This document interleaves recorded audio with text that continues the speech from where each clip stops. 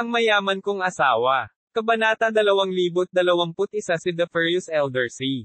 Jinyu ay hindi natatakot kay Elder C. Malamig ang tingin nito sa kanya at sarkastikong sinabi, "Old Beastard, sa tingin mo ba natatakot ako sa iyo? I've initially wanted to spare your demand life for the time being. But since you've come to look for me, I'll send you off, old Beastard." Si Elder C ay sobrang galit na galit sa simula. Nang marinig niya ang mga sumpa ni Jinyu sa sandaling ito, lalo siyang nagalit. "You little Beastard." Kinagat niya ang kanyang mga ngipin at galit na sinabi, "Dahil sa iyo kaya ako muntik nang mapatalsik sa pamilya si." Sa pagkakataong ito, sisirain na kita. "Hinihintay kita dito. Try mo." Sigaw ni Jinyu. Ang katulong sa tabi ni Elder C ay tila may napansing kakaiba. May bamulong sa tabi niya, "Kuya C. Mukhang sinasadya ka ng batang ito. Baka may espesyal na paraan siya. Mas mabuting mag-ingat." Gayunpaman, matagal nang galit si Elder C kay Jinyu. Paano siya makikinig sa kanya? Nasa gitna lang siya ng reversion void. Napakadali ng pagpatay sa kanya. Sigaw ni Elder C. Sa sinabi nito, ang katawan ni Elder C ay sumabog na may panloob na chi. Nanginig ang kanyang katawan, at bigla siyang sumugod kay Jinyu. Nang sumugod si Elder C, mabilis na ipinasok ni Jinyu ang kanyang kamay sa garapon ng dugo ng dragon. Inilabas niya ang dugo ng dragon gamit ang kanyang espiritual na kapangyarihan. Ang dugo ng dragon ay nagkalat sa kalangitan at pagkatapos ay pumasok sa ilang malalaking formation core ng Endless Killing Formation. Sa sandaling ito, ganap na na-activate ang Endless Killing Formation. Ang isang hadlang na nagmumula sa layunin ng pagpatay ay lumundag mula sa lahat ng direksyon na naghihiwalay sa buong Formasayon mula sa mundo. Kahit si Elder C ay hindi makatakas mula sa Formasayon na ito. Sa sandaling na-activate ang formation, ang purong pagpatay na layunin ay agad na lumusab, at ang nakakatakot na internal chi ay patuloy na tumataas. Maging si Elder C ay nakaramdam din ng kaunting pagkabalisa sa layuning ito ng pagpatay. Huminto siya sa kanyang kinatatayuan at nilinggan ang harang sa paligid niya. Agad na nagdilim ang mukha niya. "Little Beastard, talagang nag-set up ka ng formation sa lugar na ito." Pinaikit ni Elder C ang kanyang mga mata at malungkot na sinabi. Malamig na tiningnan ni Jinyu si Elder C at sinabing, "Elder C, sa wakas ay nakapasok ka na." Hindi natarante si Elder C. Sa halip, sarkastikong sinabi niya, "Ano?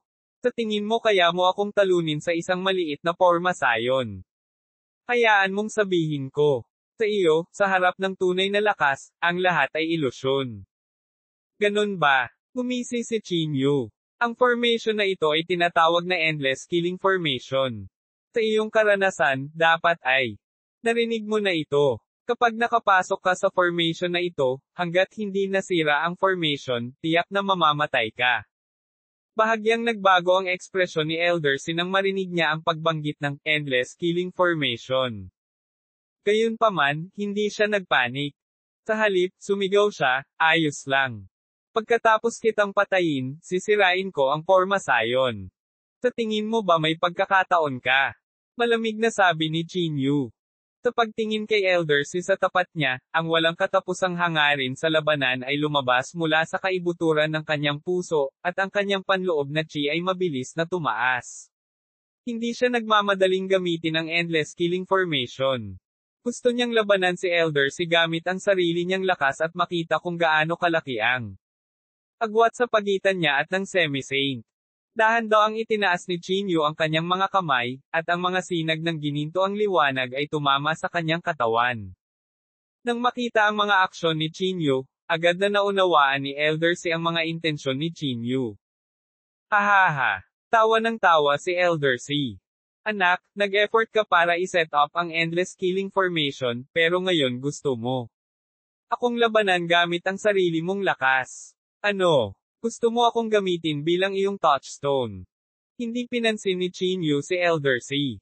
Ang kanyang panloob na chi ay tumataas pa rin, at ang kanyang fighting word formula ay umabot pa nga sa ikalimang antas kaagad. Isang malakas na internal chi ang dumaan, na may halong pagpatay na layunin na lumabas mula sa Endless Killing Formation. Ilang sandali. Maging si Elder Si ay bahagyang nagulat ngunit nagulat lamang. Mayroon kang kaunting kakayahan, ngunit sa kasamaang palad, ang agwat ay masyadong malaki. Sigaw ni Elder Si, at ang bakas ng Semi-Saint ay agad na lumabas. Sa isang sigaw, ang kanyang puting buhok ay umihip sa hangin. Itinaas niya ang kanyang mga kamay, at isang nakakatakot na parang dragon na enerhiya ang lumabas mula sa kanyang manggas. At sumugod patungo kay Qin Yu. Kaharap si Elder Si, na ang cultivation ay mas mataas kaysa sa kanya, si Qin Yu ay natural na hindi nang ahas na maging pabaya. Galit siyang umungol, at biglang lumitaw ang gintong liwanag sa kanyang mga kamao. Itinaas niya ang kanyang kamay at sinuntok ang 10,000 spell-breaking punch. Ang mapangwasak na kamao ay sumuntok kay Elder Si, at ang nakapalibot na espasyo ay agad na nagsimulang mag-distort. Maraming buhangin at bato ang naging pulbos. Lahat ng bagay sa paligid ay tila hindi makayanan ang kapangyarihang ito. Boom! Sa sandali ng banggaan, isang invisible airwave ang kumalat sa lahat ng direksyon, at ang lupa ay agad na nag-crack. Ang makapangyarihang puwersa. Naging dahilan ng pagiging unstable ng paligid. Parehong mabilis na umatras sina Elder Si at Qin Yu sa tulong ng puwersa ng reaksyon. Nagtama ang kanilang mga mata, kasing talas ng mga espada. Kahit na ang panloob na chi ni Qin Yu ay mabigat, malayo pa rin ito kay Elder Si. Agad na pumutok ang gininto ang liwanag, at naramdaman ni Qin Yu na parang isang malaking bato ang dumidiin sa kanyang dibdib. Baka sa lalamunan niya ang tamis. Tulad ng inaasahan sa isang semi-saint. Napakalaki pa rin ang agwat, ungol ni Qin Yu. Kahit na sa tulong ng fighting word formula, wala pa ring pagkakataon si Qin Yu na manalo laban kay Elder Si. Malamig na tiningnan ni Elder Si Qin Yu at sinabing, "Little Beastard, ito lang ang appetizer. Kung hindi mo ay activate ang Endless Killing Formation, natatakot akong hindi ka na magkakaroon ng isa pang pagkakataon." Si Qin Yu ay tahimik, ang kanyang mukha ay nagpapakita ng bakas ng solemnidad. Alam niya kung gaano kalaki ang agwat sa pagitan niya at ng half-saint, ngunit hindi siya natakot. Ang hindi sumusukong kalooban sa kanyang puso ay naging dahilan upang hindi siya umatras kapag humarap sa isang malakas na kaaway. "Beastard? Hindi na kita bibigyan ng pagkakataon," malamig na sabi ni Elder Si. Kinailangan niyang patayin si Qin Yu sa lalong madaling panahon at pagkatapos ay mag-isip ng paraan para masira ang formasayo na ito. Kapag ang Endless Killing Formation ay ganap na na-activate, kahit na hindi siya mamatay, ang kanyang balat ay mapupuksa. Sa makatuwid, hindi nilayo ni Elder Si na bigyan ng mas maraming pagkakataon si Qin Yu. Dahan-dahan niyang itinaas ang kanyang mga kamay na parang naghahanda ng isang napakalakas na pamamaraan. Si Qin Yu, na nasa hindi kalayuan, ay natural na hindi nang ahas na maging pabaya. Gayunpaman, sa sandaling ito, hindi siya nagpakita ng anumang takot. Baka sa mukha niya ang pagkasabik.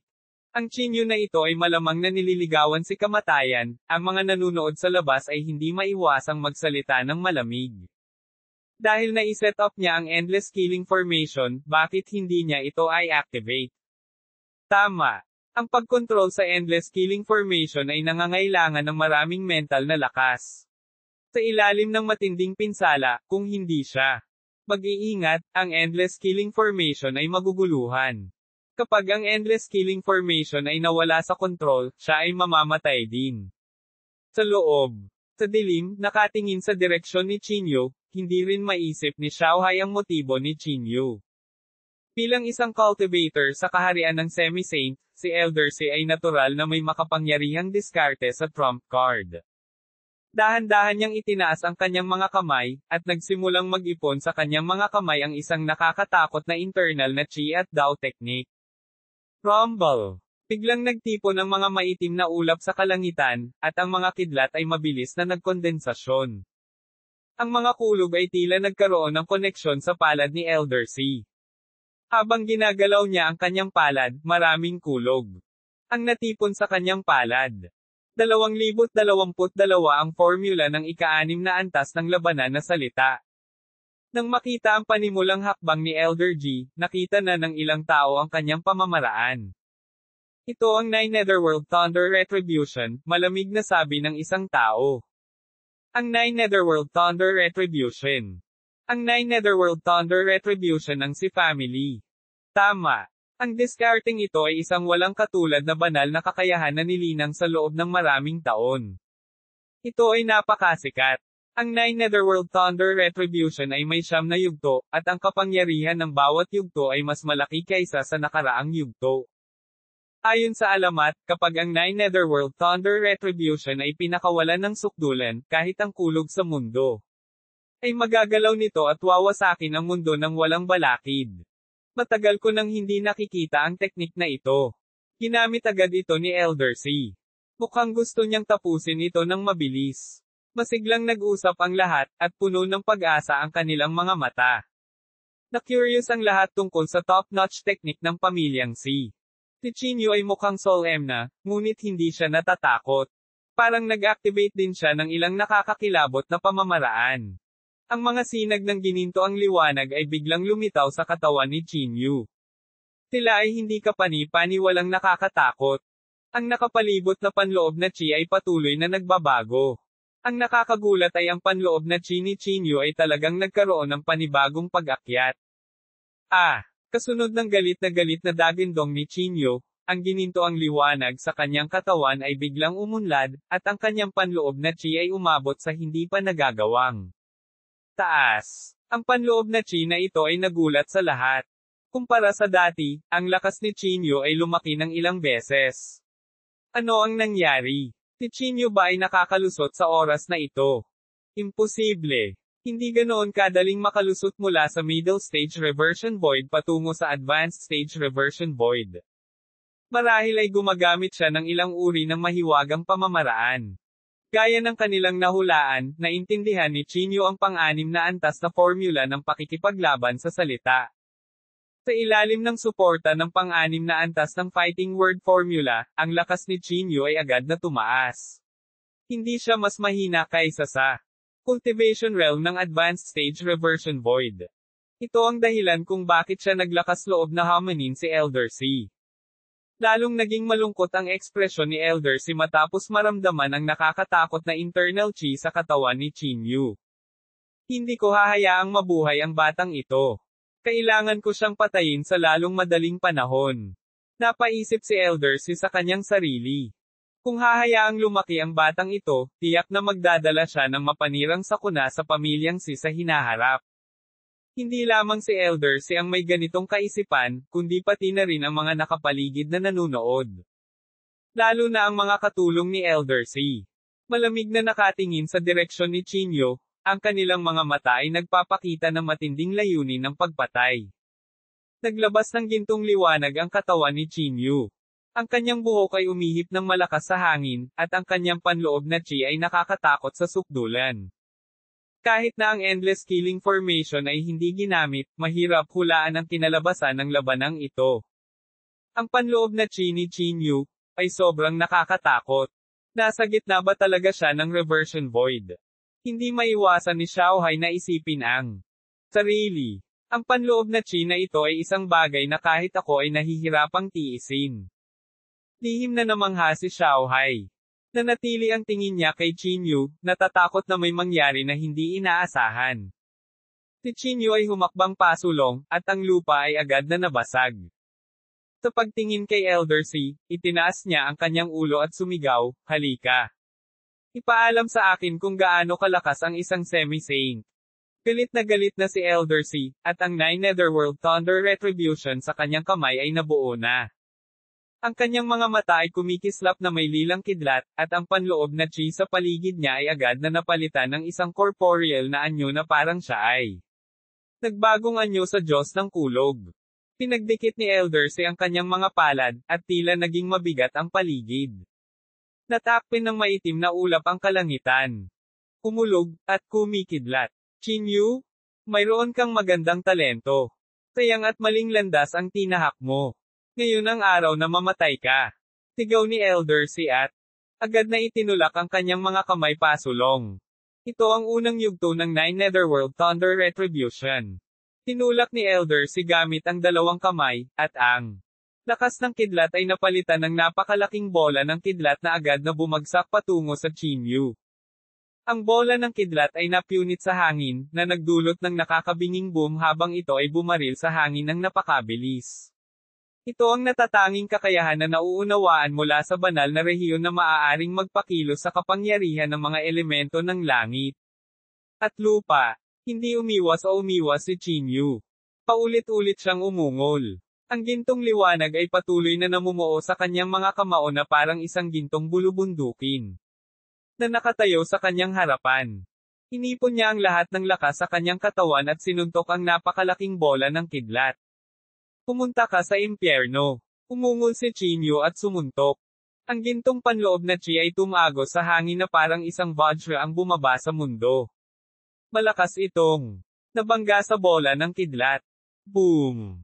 Isang malakas na shockwave ang sumabog sa pagitan nilang dalawa. Ang gininto ang liwanag at lilang kidlat ay marahas na nagbanggaan sa hangin, na agad na bumubuo ng isang nakasisilaw na halo. Ang bawat isa ay nanunood ng nakakawasak na paghaharap na ito sa pagkabigla. Hindi nila maisip kung gaano kakilakilabot ang ipinakitang lakas ng dalawang ekspertong ito. Ang malaking bola ng kidlat ay bumagsak ng paunti-unti sa ilalim ng hindi magagapi na kamao, na nagiging hindi mabilang na mga spark na nakakalat sa lahat ng direksyon. Talagang makatiis si Chinyu. May sumigaw sa gulat. Nasa gitna ba talaga siya ng reversion void? Kakayanin niya talaga ang Nine Netherworld Thunder Retribution. Saan nanggaling ang batang ito? Imposible. Imposible. Napakalaki ng pagkakaiba ng kanilang cultivation realms. Paano niya nagawang makayanan ang Nine Netherworld Thunder Retribution?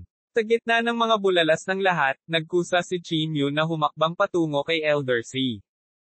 Isang gintong panloob na chi ang tumagos sa katawan ni Chinyu, at ang kanyang mukha ay puno ng layunin ng labanan. Hindi alam ng mga taong ito kung ano ang ibig sabihin ng formula ng pakikipaglaban. Ang pamamaraan na ito ay hindi kapani-pani walang misteryoso. Ito ay minana mula sa sinaunang Earth at isa sa mga pinakamahiwagang sining sa ilalim ng mabituing kalangitan. Little Beastard. Lalong nanlamig ang mukha ni Elder C, at tumaas ang intensyon ng pagpatay sa kanyang puso sa mas mataas na antas. Ito ba ang iyong trump card technique? Parang wala lang, malamig na sabi ni Chinyu. Pinaikit ni Elder C ang kanyang mga mata at nginisyan, unang yugto pa lang ito. Tiyak na mamamatay ka sa ikalawang yugto. Dahil doon, sumigaw si Elder C at nagsimulang i-activate ang ikalawang yugto ng Nine Netherworld Thunder Retribution. Agad na naging mapang-api ang hangin sa paligid. Ang lilang kidlat ay tumalsik sa paligid ni Elder C. Dumagundong ang langit, at ang maitim na ulap ay naging mas solemn na parang babagsak na anumang oras. Ang nakakatakot na kidlat ay patuloy na lumilitaw sa madilim na ulap. Ang pag-activate ng pamamaraang ito ay lubhang katulad ng makalangit na kapigatian. Ito ang ikalawang yugto ng Nine Netherworld Thunder Retribution. Ang kapangyarihan ng ikalawang yugto ay higit na nahihigitin ng unang yugto. Ang sabi-sabi na ang ikalawang yugto ay maaaring tunay na magpatawag ng makalangit na kidlat para sa sarili nitong paggamit. Matagal ng panahon na ang isang tao ay makaligtas sa ikalawang yugto ng Nine Netherworld Thunder Retribution. Noon, isang henyo mula sa Zhongzhou na hindi mas mababa sa Chinyu ang namatay sa pamamaraang ito. Kung hindi pa rin ina-activate ni Chinyu ang Endless Killing Formation, natatakot ako na wala ng pagkakataon. Ang mga talakayan sa gitna ng karamihan ay hindi nagbago sa determinasyon ni Chinyu. Naikuyom niya ang kanyang mga kamao, at ang gintong enerhiya ay lumundag. Ang discarding ito ay ang 10,000 Spellbreaking Punch. Sa suporta ng ika-6 na antas ng Fighting Word Formula, ang kapangyarihan ng 10,000 Spellbreaking Punch ay mas nakakatakot sa sukdulan. Ang natitirang kapangyarihan lamang na lumakas ay nagparamdam sa mga tao na magpatira pa sa pagsamba. Ang kawalan ay nabasag, at ang lupa ay gumuho.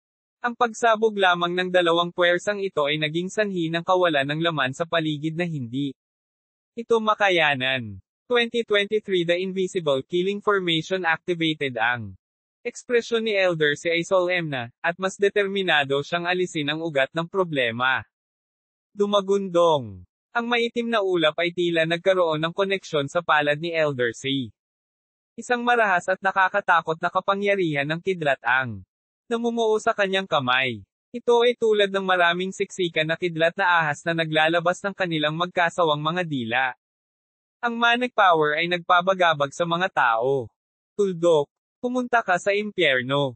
Ang buhok ni Elder Si ay mabilis na umihip sa hangin habang siya ay sumisigaw ng galit na paulit-ulit. Itinulak niya ang kanyang palad pasulong, at ang mga kidlat na may kapangyarihan ng makalangit na paghihiganti ay bumaril patungo kay Chinyu. Sa pagharap sa nakakatakot na kapangyarihang ito, hindi nagpakita ng takot si Chinyu. Itinaas niya ang kanyang ulo at umungol, ang kanyang lakas ay sumabog sa sukdulan. Ang gintong liwanag ay patuloy na sumisikat. Ang mga kamao ni Chinyu ay naglalaman ng mapangwasak na kapangyarihan na tumago sa lahat na parabang nagdudurog ito ng mga tuyong damo at bulok na kahoy. Ang mga kidlat ay patuloy na pumutok at nabasag sa ilalim ng gintong liwanag ni Chinyu.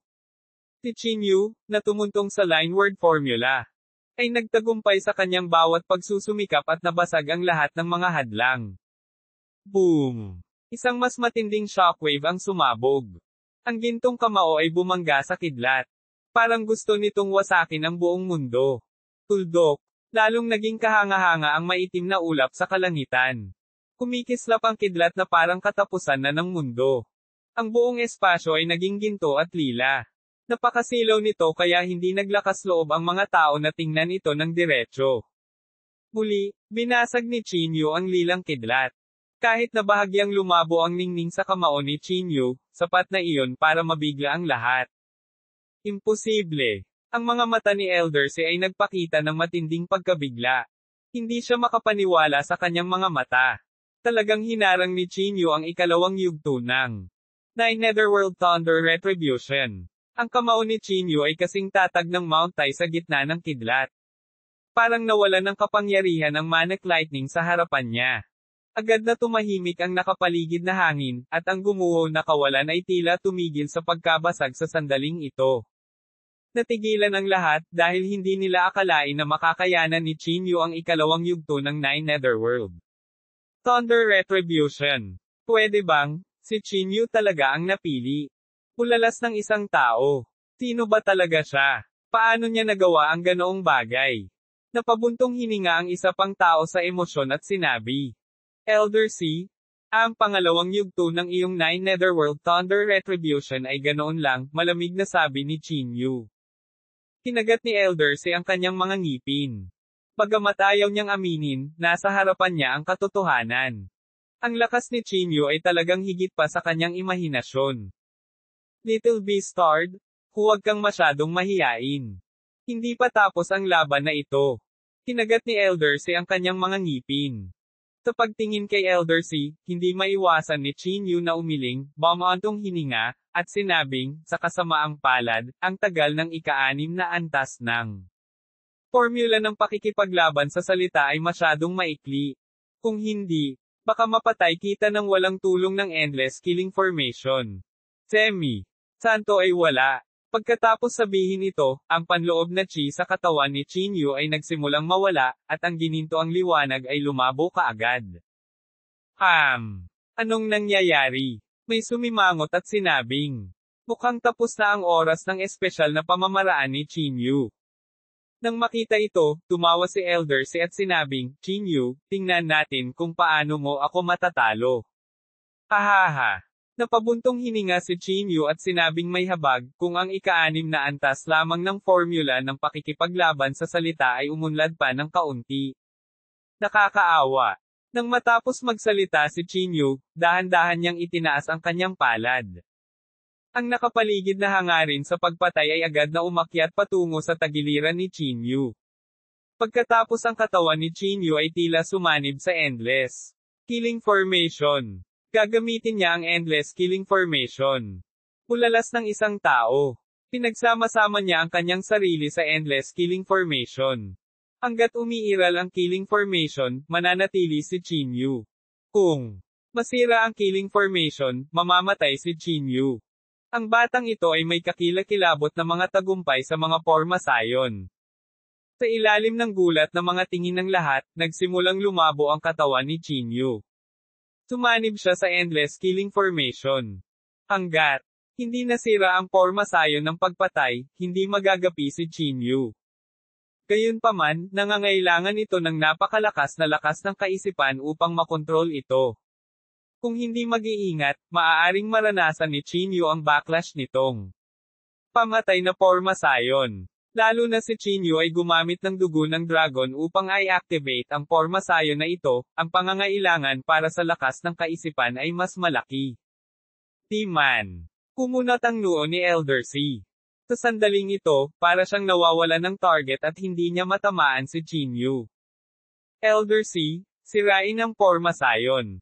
May sumigaw. Hindi nang ahas si Elder C na maging pabaya. Agad niyang na-activate ang ikatlong yugto ng Nine Netherworld Thunder Retribution at pinasabog ito patungo sa buong formation. Gayunpaman, sa ilalim ng kontrol ni Chinyu, ang forma sayon na ito ay tila may sariling buhay.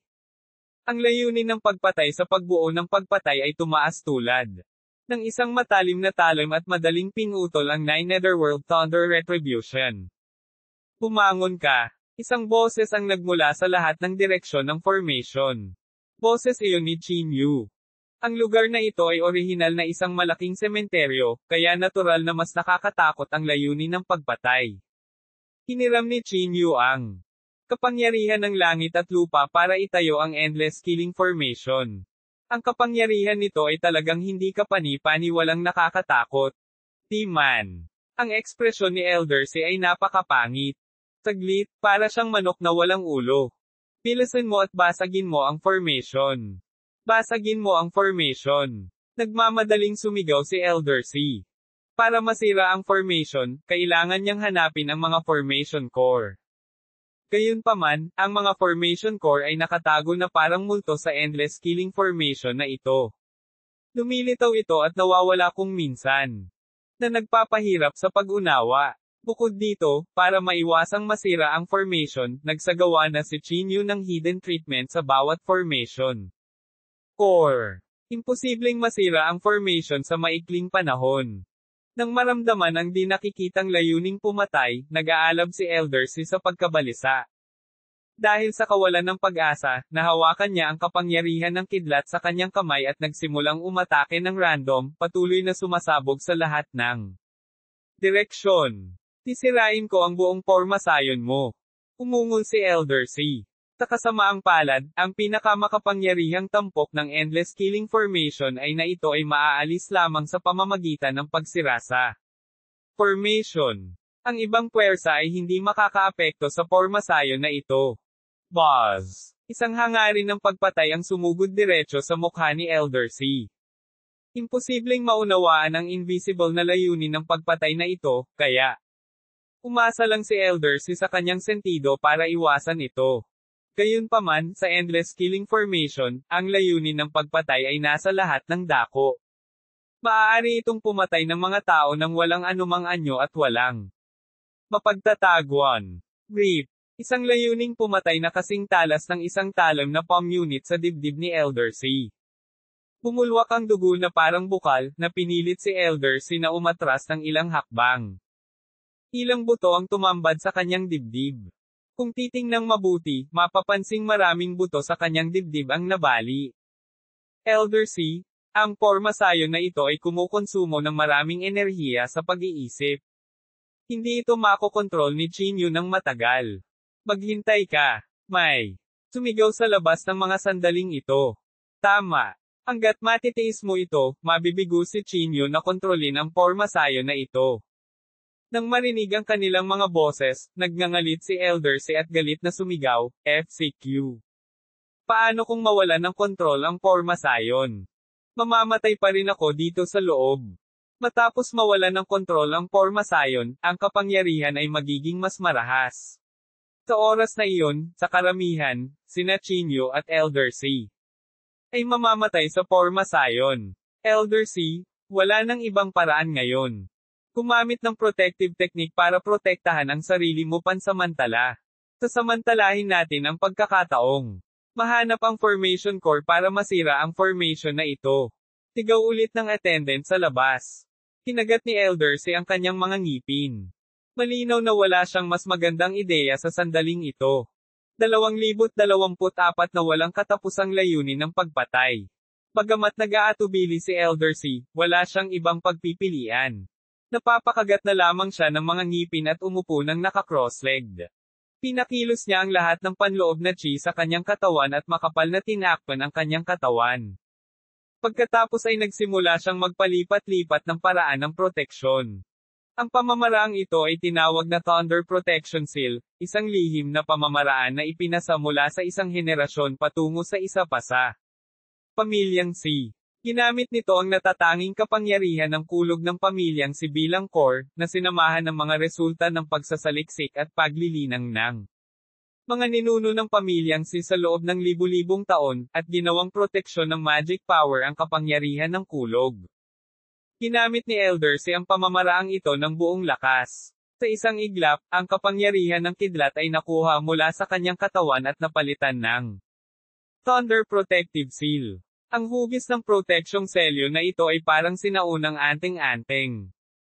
Ito ay inukitan ng makakapal na mga pattern ng kidlat na parabang ito ay isang sinaunang aklat na tinataka ng walang katapusang kapangyarihan ng kulog. Ang proteksyon na selyo ay lumipad palabas at agad na napalitan ng isang layer ng Thunder Armor sa ibabaw ng katawan ni Eldersea. Ang baluti na ito ay makapal at nababaluktot, tulad ng pag-aari ng isang Diyos, na agad na nagpapataas ng aura ni Eldersea. Tuloy-tuloy na umalangaw-ngaw ang mga sizzle sound. Sa isang sulyap, ang katawan ni Eldersea ay tila balot ng lilang kidlat. Sa pagbuo ng pagpatay, pinagsama ni Chinyu ang buong pormasayon ng pagpatay. Umasa siya sa kanyang malakas na lakas ng pag-iisip upang kontrolin ang pormasayon. Ang kakilakilabot at purong pagpatay na hangarin ay patuloy na namuo. Ang layunin ng pagpatay sa buong pormasayon ng pagpatay ay ethereal at bone chilling. Tila naghahanda ito ng isang hindi nakikitang kapangyarihan sa kawalan. Sa sandaling ito, inaktibo ni Chinyu ang pagbuo ng pagpatay, at isang malakas na hangarin sa pagpatay ang umatake kay Eldersea. Alam ni Eldersea na ito ay isang kritikal na sandali. Sa isang tame time na ekspresyon, nakatuon siya sa pagpapakilo sa Thunder Protection Armor upang maghanda para sa paparating na pag-atake. Biglang, isang malamig na spiritual energy sword ang bumaril mula sa killing formation na parang malamig na dragon na baha, at dumiretso kay Eldersea. Nang makita ito, nabigla si Eldersea. Agad niyang inactivate ang Thunder Armor at ginamit ang lahat ng kanyang lakas para harangan itong spiritual Energy Sword. Ang Spiritual Energy Sword at ang Thunder Armor ay marahas na nagbanggaan, na lumikha ng isang nakakabinging boom. Sizzle. Ang dalawang puwersa ay tila nagbanggaan ng hirap, na naglalabas ng sunod-sunod na nakakatakot na tunog.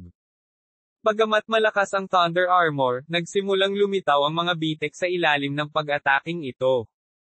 Ang mga ekspresyon ng mga taong nanunood mula sa malayo ay hindi maiwasang bahagyang magbago. Ang mga diskarte ni Eldersea ay pawang mga lihim na diskarte ng pamilya C, ngunit ngayon, paulit-ulit na itong sinira ni Chinyu. Kung magpapatuloy ito, malamang na mamatay si Eldersea sa pormasayon na ito. Ang pangit ng ekspresyon ni Eldersea. Alam niyang delikado ang labanang ito, kaya napasigaw na lang siya, bilasan mo at hanapin ang mga formation core. Ang mga attendant ng pamilyang C sa labas ng formation ay hindi nang ahas na maging pabaya. Pinagpapawisan sila ng husto habang sinusubukan nilang suriin ang buong formation, sinusubukang hanapin ang mga core ng formation. Ngunit napaka-perpektong naiset up ni Chinyu ang pormasayon na ito. Hindi isang simpleng bagay na hanapin ang mga core ng formation. At saka, hindi sila formation masters. Paano nila nasira ang pormasayon ng ganoon kadali? Sa pagbuo ng pagpatay, naramdaman ni Chinyu ang malakas na depensa ni Eldersea at tahimik na nagulat. Hindi siya nagpapahinga. Sa halip, patuloy niyang pinakilos ang kapangyarihan ng pormasayon ng pagpatay, naghahanda na maglunsad ng mas matinding pag-atake. Sa pagbuo ng pagpatay na ito, maaaring pakilusin ni Qin Yu ang lahat ng layunin ng pagpatay. Iyon ang purong pagpatay na layunin at magiging mas matindi pa hanggang sa mapatay ang lahat ng mga nilalang. Kaya naman, labis na nag-alala si Elder C. Kung magpapatuloy ito, tiyak na mamamatay siya. Gayunpaman, nababalisa din si Qin Yu dahil ang pagkontrol sa Endless Killing Formation ay kumonsumo ng malaking lakas ng pag-iisip. Kung hindi niya maalis si Elder C sa lalong madaling panahon at malutas ang pagbuo, ito ay ganap na mawawala ng kontrol. Sa pormasayon ng pagpatay, mapatla ang mukha ni Qin Yu. Ang pagkonsumo ng kanyang lakas sa pag-iisip ay nakakaramdam siya ng pagkahilo. Alam niyang hindi na siya makakapagpatagal pa. Kailangan niyang tipunin ang kanyang layunin sa pagpatay at patayin si Elder C sa lalong madaling panahon. May ibinulong si Qin Yu, at ang kanyang boses ay nagmula sa lahat ng direksyon, na naging dahilan ng pag-aalala ni Elder C, na medyo naguguluhan. Tuldok. Sa sandaling ito, ang layunin ng pagpatay sa pagbuo ng pagpatay ay biglang natipon sa isang itim na spiritual energy sword. Ang spiritual energy sword na ito ay naglalaman ng walang katapusang layunin ng pagpatay, at ang malakas na internal chi nito ay nagpang-inig sa buong formation. Rumble. Ang spiritual energy sword ay umiikot na parang dragon at unti-unting natipon sa isang itim na spiritual energy sword. Ang spiritual energy sword na ito ay iba sa nauna. Ang kapangyarihang na-condense nito ay mas malakas at nakakasakal. Isang black hole ang tila na buo sa paligid ng spiritual energy sword, na nilalamon ang lahat. Pinaramdam nito sa mga tao na mayroon ito. Walang katapusang kapangyarihang lumalamon. Ang spiritual energy sword ay kumikislap na may makamulto na liwanag, tulad ng walang buhay na mga mata ng Diyos ng kamatayan. Tanging ang mga nasa bingit ng kamatayan lamang ang nakakaramdam ng takot na bumabalot sa kanilang mga buto. Bagamat naghanda si Elder C na harapin ang isang mas mabigat na pag-atake, hindi niya maiwasang makaramdam ng takot nang makita niya ang pinalapot na spiritual energy sword. Pilasan mo at sirain ang formation. Natarante si Elder C. Hindi niya akalain na si Qin Yu ay magkakaroon ng ganoong nakakatakot na kapangyarihan sa loob ng pamatay na pormasayon na ito. Hindi niya akalain na siya, isang semi-saint, ay mapipilitin sa ganoong sitwasyon ng isang maliit na pritong tulad ni Qin Yu. Sa labas ng formation, ang mga attendant ng pamilya si ay desperadong naghahanap ng mga formation core. Gayunpaman, sa lalong madaling panahon natuklasan nila. Ang antas ng katumpakan ni Qin Yu sa pag-set up ng pormasayon ay malayo sa kanilang imahinasyon. Natatakot ako na ang batang ito ay isang profesional na formation master. Hindi natin masisira ang formation. May nagngangalit ng ngipin. Kung gayon, ano pa ang hinihintay mo? Pilasan mo at humanap ng isang profesional na formation master para masira ang formation. Nagmamadaling tumayo ang isang attendant at sumugod patungo sa diin for City, umaasang makakahanap ng isang profesional na formation master na si Sierra. Sa formation. Third Elder, kailangan mong manatili. Maghahanap agad tayo ng isang formation master para sirain ang formation. Sigaw ng attendant kay Elder G. Nahati sila sa tatlong grupo. Ang ilan ay nagpunta sa Divine Fortuity City, ang ilan ay sa ibang mga lungsod na malapit, at ang ilan ay nagplano pa na bumalik. Sa pamilyang si Para humingi ng tulong. Ang ekspresyon ni Elder C ay napakapangit. Kinagat niya ang kanyang mga ngipin at tinitigan ang spiritual energy sword sa kanyang harapan. Ang spiritual energy sword na ito ay hindi kapani-pani, walang pambihira. Ito ay nabuo sa pamamagitan ng purong pagpatay na layunin. Maging si Elder C ay natakot sa sandaling ito. Kaya lang niyang subukan ang kanyang makakaya na i-circulate ang Thunder Protection Seal para ipagtanggol laban sa spiritual energy sword na ito. Ang spiritual energy sword ay tila may sariling buhay. Ang dulo ng espada ay nakatutok kay Elder C at tahimik na lumutang sa hangin. Gayunpaman, pinaramdam nito sa mga tao ang nagbabantang lamig nito. Tila naghihintay ng pinakamagandang pagkakataon na pumatay sa isang welga. Lalong nabigla ang mga tao sa labas ng killing formation. Hindi pa sila nakakita ng ganoon kalakas na spiritual energy sword. Para bang sapat na ang spiritual energy sword na iyon para hatiin ang buong mundo sa kalahati. Napabuntong hininga sila at kinakabahang tumingin kina Chinyu at Elder Si sa formation, natatakot na baka may mangyari. Ginamit ni Chinyu ang kanyang malakas na lakas ng pag-iisip upang patuloy na gabayan ang layunin ng pagpatay na magtipon. Pakiramdam niya ay mabilis na nauubos ang lakas ng kanyang pag-iisip. Sa huling sandali, iminulat ni Chinyu ang kanyang mga mata, at isang matinding layunin ng pagpatay ang agad na sumabog. Slash! Sa isang malakas na sigaw, ang itim na spiritual energy sword ay tila na-stimulate sa huling bakas ng kapangyarihan, na agad na pumutok ng may malakas na lakas. Ito ay tulad ng isang kidlat ng itim na kumikidlat sa kalangitan, na tumagos patungo kay Elder Si sa hindi maipaliwanag na bilis. 2025 sa dulo ng lubad. Naramdaman ang kapangyarihan ng itim na spiritual energy sword, lalo pang natakot si Elder Si. Pinigilan niya ang takot sa kanyang puso at inipon ang kapangyarihan ng kulog sa kanyang katawan sa sukdulan. Ang Thunder Armor ay kumislap na may mas nakakasilaw na lilang liwanag. Ang mga tao sa labas ng killing formation ay kinakabahan na tumingin kina Chinyu at Elder Si. Nararamdaman nila na ang pag-ataking ito ay malamang na magpapasya sa kahihinatnan ng labanang ito. Ang itim na spiritual energy sword ay tuluyang bumangga ng malakas sa Thunder Armor na parang gumuho ang langit at lupa. Ang spiritual energy sword at ang kapangyarihan ng kulog ay kinain ang isa't isa sa hangin, na nagdulot ng mga alon ng nakakapukaw ng kaluluwa. Gayunpaman, habang patuloy na nagsasalpukan ang spiritual energy sword at ang Thunder Armor, nagulat si Elder Si nang matuklasan na ang spiritual energy sword ay nagiging mas malakas at hindi na maalis. Ganap na nakatuon si Chinyu sa pagkontrol sa pagbuo ng pagpatay.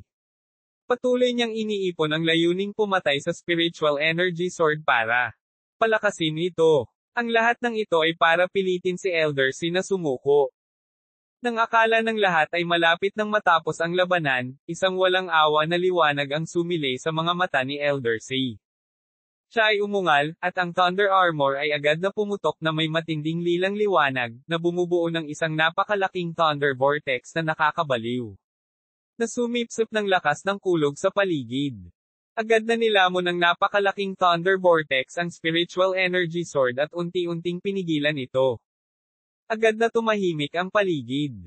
Si Chinyu, na nasa endless killing formation, ay lalong sumimangot.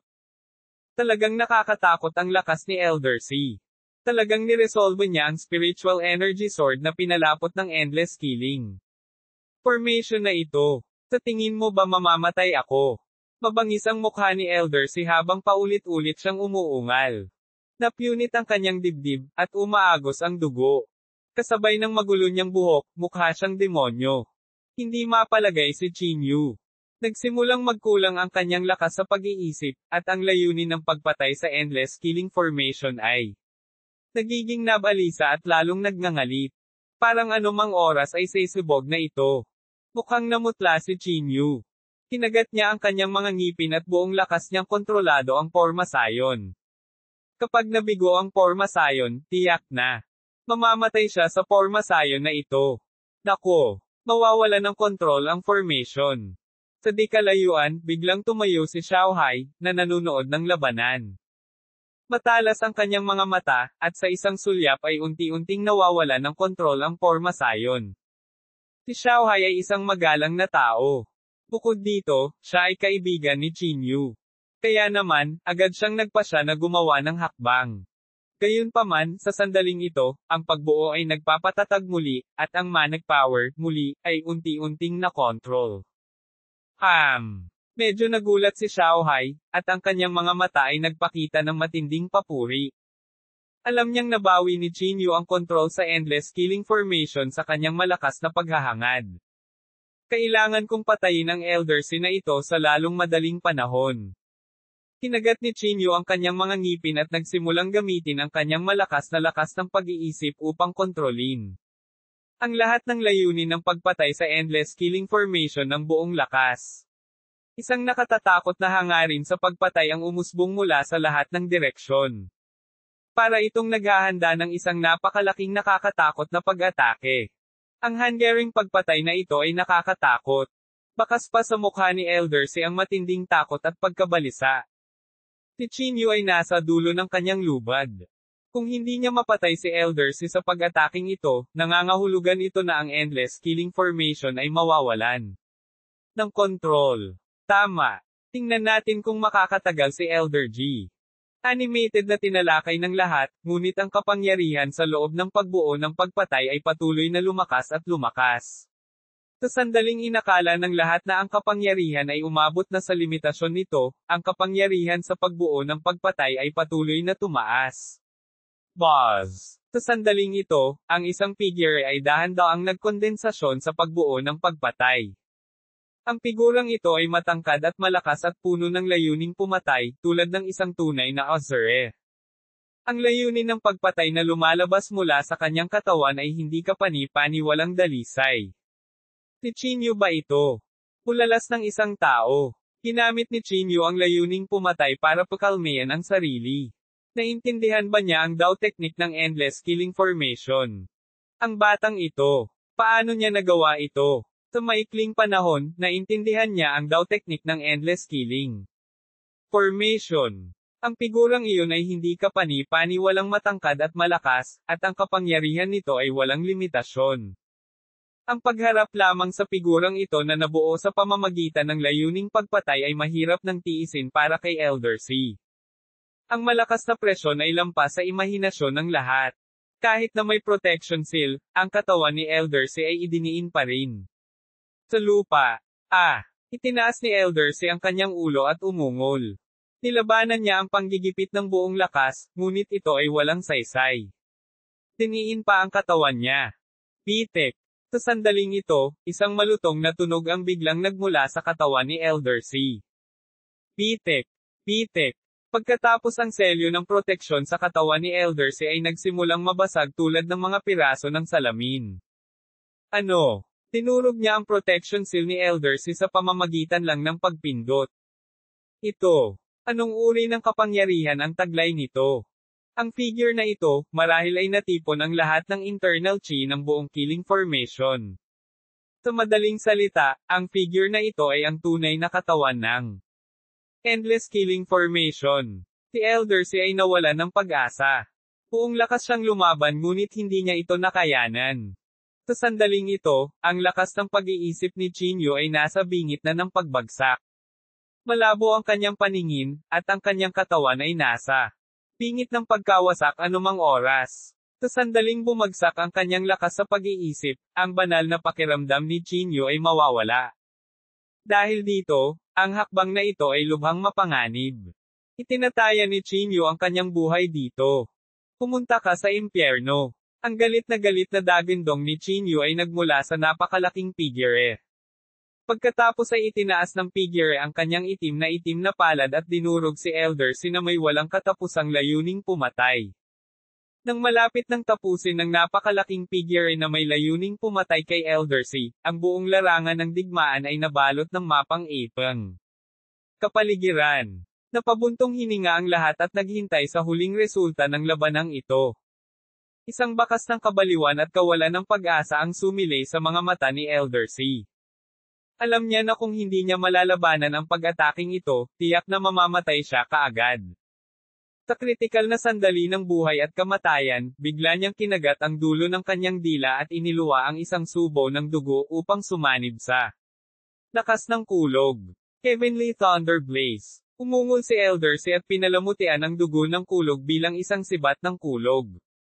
Kinawian niya ito at sinaksak sa napakalaking killing intent figure. Ang kapangyarihan ng makalangit na kulog at ang layunin ng pagpatay ay nagbanggaan sa hangin, na nagdulot ng isang marahas na pagsabog na yumanig sa lahat. Ang kulog na sibat ni Elder Si ay patuloy na lumalaban sa hampas sa ilalim ng hindi maisip na panggigipit. Gayunpaman, kahit na ang sibat sa kanyang kamay ay makapangyarihan, hindi nito napigilan ang hampas ni Chinyu na nabuo mula sa layunin ng pagpatay. Ang sibat ay tumagal ng wala pang kalahating segundo bago tumunog ang napakalakas na boom. Pagkatapos nito, nabasag ito sa bawat pulgada at nawala. Nang walang bakas, nagbago ang ekspresyon ng lahat nang makita ang eksenang ito. Ang ilan ay mukhang solemn na, habang ang iba naman ay labis na nasasabik. Mukhang mananalo si Chin Yu. Nagpakawala si Elder Sin ng nagngangalit na dagandong. Gayunpaman, wala na siyang mahanap na anumang kontrahakbang. 2026 na namatay si Elder C. Si Elder C, matatalo talaga. Si Elder C ay tiyak na mamamatay kung ang palad na ito ay Dom-Apo. Sa dilim, hindi napigilan ni Xiaohai na mapabuntong hininga sa emosyon. Dom-Apo man ang palad na ito sa kanyang katawan, malamang dito rin siya mamatay. Ang buong porma sayon ng pagpatay ay puno ng paos na pag-iyak. Ang dambuhalang palad na nabuo ng layuning pumatay sa wakas ay Dom-Apo sa katawan ni Elder C, na agad na idiniin sa lupa. Ang lupa ay agad na sumabog, at ang mga bitek ay nagsasalo-salo, na sinamahan ng isang makadurog na boom. Halos magkapira-piraso ang katawan ni Elder C, at ang kanyang pisikal na katawan ay patuloy na gumuho. Walang sino man ang mag-aakalang ito ang kinalabasan ng labanan. Talagang natalo ni Chin Yu ang isang semi-saint at ang pangatlong elder ng pamilyang si Clack. Sa sandaling ito, isang malutong na tunog ang biglang nagmula sa loob ng pamatay na porma sayon. Pagkatapos ang panloob na chi sa Endless Killing Formation ay nawala sa bilis na nakikita ng mata. Ang dambuhalang katawan na binago ni Chin Yu sa kanyang layuning pumatay ay dahan-dahan ding naglaho ng walang bakas. Kumalabog. Nahulog si Chin Yu mula sa killing formation. Namumula ang kanyang mukha, nanginginig ang buong katawan, at halos lumuwa ang kanyang mga mata. Malinaw. Ang kanyang lakas sa pag-iisip ay naubos sa sukdulan. Anong nangyayari? May naguguluhang tanong. Ang palad na iyon ay malapit ng pigilan si Elder C, ngunit bakit biglang bumagsak ang porma sayon? Ang buong porma sayon ng pagpatay ay gumuho sa bilis na nakikita ng mata. Ilang sandali lang, nawala. Nang walang bakas ang porma sayon ng pagpatay. Kasunod ng tingin ni Chin Yu, nakita nila na ang isang mahiwagang artifact sa isang formation core ay nabasag.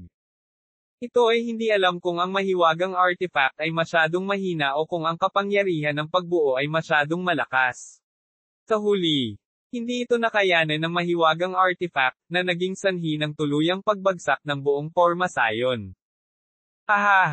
Si Elder C, na puno ng dugo, ay nahihirapang tumayo. Tumawa siya ng nakakaloko at sinabing, kaunti na lang. Kaunti na lang, at maaari mo na akong patayin. Ito ay kalooban ng langit. Hindi ako dapat mamatay. Sa pagtingin kay Elder C, na nakatakas lang sa kamatayan, si Chin Yu ay tahimik. Umindayog ang kanyang katawan na parang anumang oras ay babagsak. Kahit na si Elder C ay mapalad na nakaligtas, dumanas siya ng matinding pinsala. Malamang na hindi siya maaaring magdulot ng banta kay Chin Yu. This battle, is it considered a draw? Siguro. Pareho silang walang lakas sa pakikipaglaban. Buntong hininga. Nakakalungkot na napakalapit nito. Sa kritikal na sandali na ito, ang mahiwagang artifact ng formation core ay talagang nabasag. May pumasok sa pamatay na porma sayon at Ainal Alliance si Elder C, sinabing, Elder C, bilasan mo at umalis. Patuloy na nagsusuka ng dugo si Elder C. Bagamat nasugatan siya ng husto, hindi nabawasan ang kabaliwan sa kanyang mga mata. Chin Yu. May kakayahan ka, ngunit sa kasamaang palad, nakaligtas ako. Buong lakas na sinigawan ni Elder si Chin Yu. Magkikita tayong muli sa hinaharap. Siguradong hindi ka pababayaan ng pamilyang C. Pagkasabi nito, tumalikod si Elder C at aalis na sana. Gayunpaman, sa sandaling ito, isang gintong liwanag ang biglang dumating sa harap ni Elder C sa isang kisap mata. Tinitingnang mabuti, ang taong dumating ay si Chin Yu. Ang huling gintong liwanag ay lumabas sa kanyang katawan. Ang kanyang malatinak na kamao ay tumama ng husto sa ulo ni Elder C. Clack! Ang mga mag-aaral ni Elder C ay patuloy na lumaki. Sa kanyang takot, nabasag ang kanyang ulo sa suntok ni Chin Yu. Hindi ko sinabing, nabitawan ka. Natarante si Chin Yu. Umasa siya sa kanyang malakas na paghahangad upang maihatid ang huling suntok. Walang umasa na si Chinyu ay gagawa pa rin ng paraan sa ganoong kalagayan at papatayin pa si Elder C. Natahimik ang eksena. Hindi sila makapaniwala sa kanilang nakita. Patuloy na nanginginig ang katawan ni Chinyu.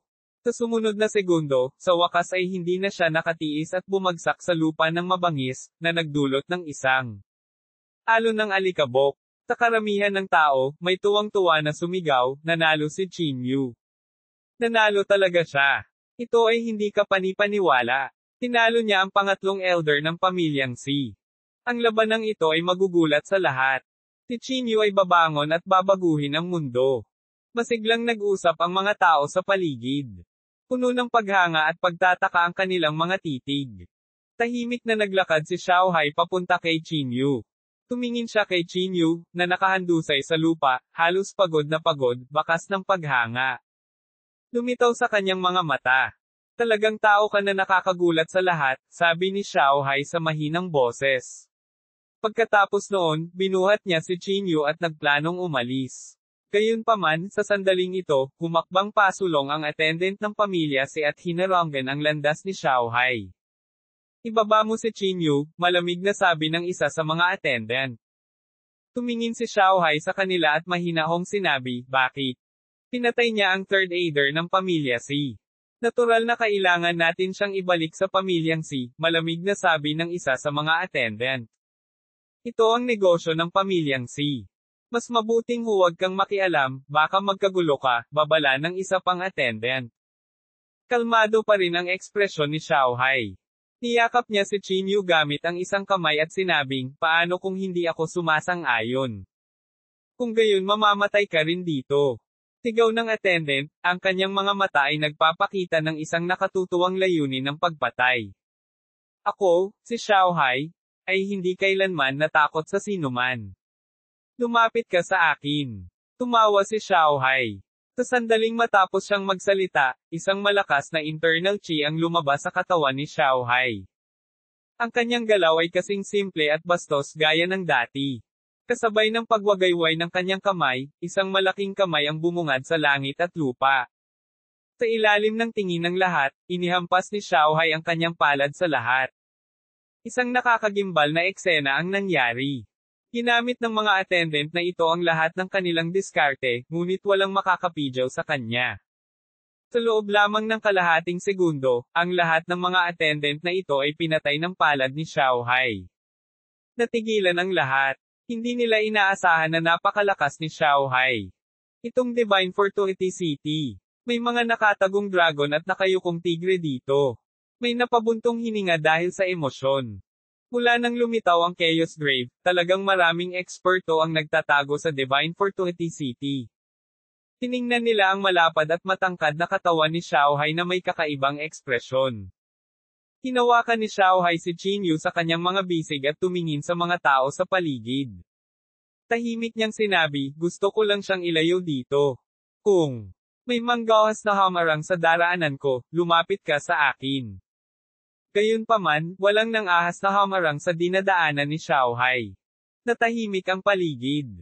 Tumingin sila kay Xiaohai nang walang sabi-sabi. Ang gayong nakakagulat na labanan ay nagpaunawa sa lahat na sina Chinyu at Xiaohai ay hindi dapat pabayaan. Hindi nagtagal ay nawala ang dalawa sa paningin ng lahat. Ang mga yapit ni Xiaohai ay napakabilis. Sa ilang iglap lang, nawala na siya. Nang walang bakas, tuldok-tuldok-tuldok. Nang magising si Chinyu, nakahiga siya sa isang kama. Natahimik ang paligid. Kasunod ng kanyang tingin, nakita niya ang kumikinang na tubig sa labas. Ito ay tila isang kahoy na bahay na nakatayo sa ibabaw ng tubig. Hinaplos ni Chinyu ang kanyang ulo at sinubukang bumangon. Gayunpaman, sa sandaling siya ay bumangon, ang mundo sa kanyang harapan ay nagsimulang manginig. Malinaw. Ang labanang ito ay seryosong naubos ang kanyang lakas sa pag-iisip. 2027 ang hindi mapayag na si Xiao.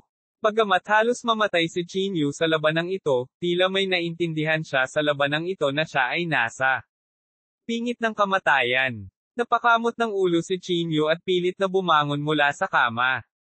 Pagkatapos ay pasuray-suray siyang lumabas ng kwarto. Ito ay isang kahoy na bahay na nakatayo sa ibabaw ng tubig. Napakalaki nito at napapaligiran ng tubig. Napakaganda ng kapaligiran. Ang bahay na gawa sa kahoy ay itinayo sa isang berdeng lawa, na napapalibutan ng makakapal na berdeng puno at kakaibang mga bulaklak. Ang sariwang halimuyak ng mga bulaklak ay tumagos sa hangin. Ang tubig ng lawa ay parang salamin, na sumasalamin sa magagandang tanawin sa paligid. Ilang igret ang magandang dumausda sa lawa, na nag-iwan ng sunod-sunod na alon. Sa hindi kalayuan, may isang maliit na bundok. Ang kagubatan sa bundok ay luntiang berde. Nadama ni Chinyu ang walang katulad na katahimikan sa tahimik na kapaligirang ito. Ang pagkabalisa at pagkabalisa sa kanyang puso ay tila nawala sa magandang tanawin na ito. Pumikit siya at lumanghap ng sariwang hangin. Isinama niya sa kaibuturan ng kanyang kaluluwa ang pag-unawa na hindi niya kailanman nadama. Ito ay tulad ng pag-uugnay sa nalalapit na kamatayan sa kapayapaan ng buhay. Kasunod ng kanyang tingin, nakita niya si Xiaohai na nakaupo sa tabi ng ilog at tumutugtog ng kanyang plota. Ang tunog ay malambing, at ang mga tao ay natulala dito.